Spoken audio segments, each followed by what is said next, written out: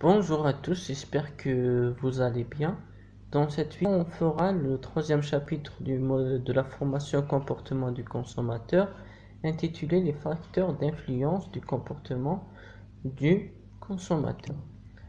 Alors, il faut savoir que les facteurs d'influence du comportement du consommateur peuvent être des facteurs internes au consommateur ou bien des facteurs externes. Dans cette vidéo, on fera les facteurs internes. Il faut savoir qu'il y a beaucoup de facteurs d'influence, mais j'ai choisi les facteurs les plus répandus chez les différents consommateurs. Alors, on a le besoin, la motivation, l'implication, l'apprentissage, la mémoire, les attitudes, la personnalité, l'image de soi, style de vie, âge, genre, ainsi la profession. On commence par le besoin. Alors, le besoin, c'est l'absence de quelque chose d'utile. C'est la prise de conscience d'un écart entre un état actuel insatisfait et d'une situation idéale. Il faut savoir que le besoin, c'est le déclencheur du processus d'achat. Et le besoin peut être conscient ou bien inconscient. En ce qui concerne la motivation, il faut savoir que la source de la motivation, c'est le besoin. Alors la motivation, c'est la force qui pousse le consommateur à agir pour satisfaire un besoin ressenti. Et la motivation peut être hédoniste ou bien oblative. La motivation hédoniste, c'est la motivation pour se faire plaisir à soi-même. La motivation oblative, c'est pour faire plaisir à quelqu'un d'autre. Pour le facteur implication, on mesure le degré d'intérêt du consommateur donné au produit. Si par exemple le consommateur s'intéresse aux publicités liées au produit, il effectue des recherches actives, il fait attention au bouche à oreille, donc il est impliqué. Pour l'apprentissage, ce sont les informations acquises auparavant à travers des expériences, ou bien c'est des connaissances.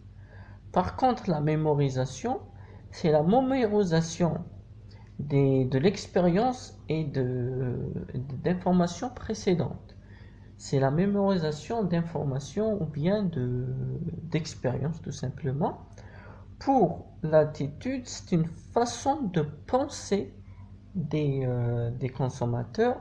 On a l'attitude cognitive qui est à travers les croyances et les connaissances.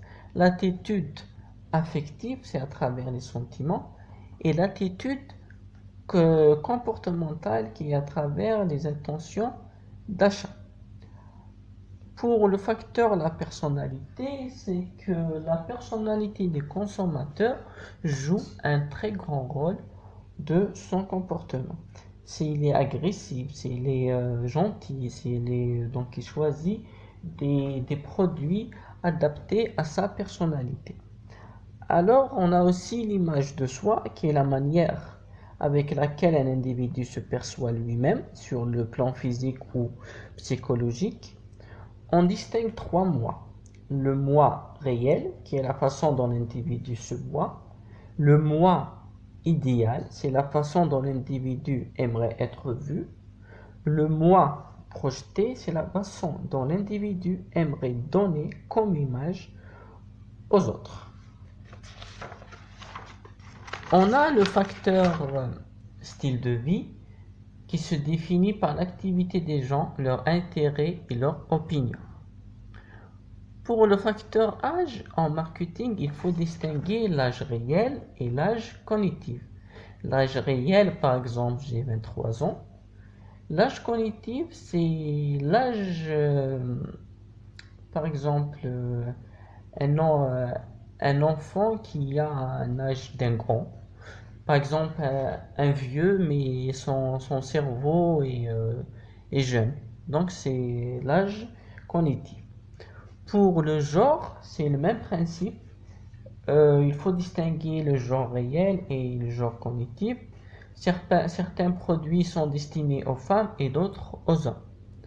Mais il faut prendre en considération les femmes qui ont des comportements masculins et les hommes qui ont des comportements féminins.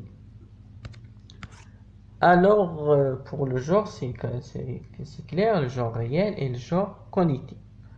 Dernièrement, c'est la profession. Alors, ce facteur peut être expliqué de la manière suivante. Le métier exercé par l'individu est à l'origine de plusieurs achats. Par exemple, un ouvrier porte des vêtements et chaussures solides et adaptés au milieu de travail. Par exemple, un pompier, il achète euh, des combinaisons spéciales. Donc, si c'est sa profession qui l'a influencé d'acheter le produit. Alors, si vous avez des questions, n'hésitez pas à les poser en commentaire. Ainsi, je vous dis merci pour votre attention. À très bientôt.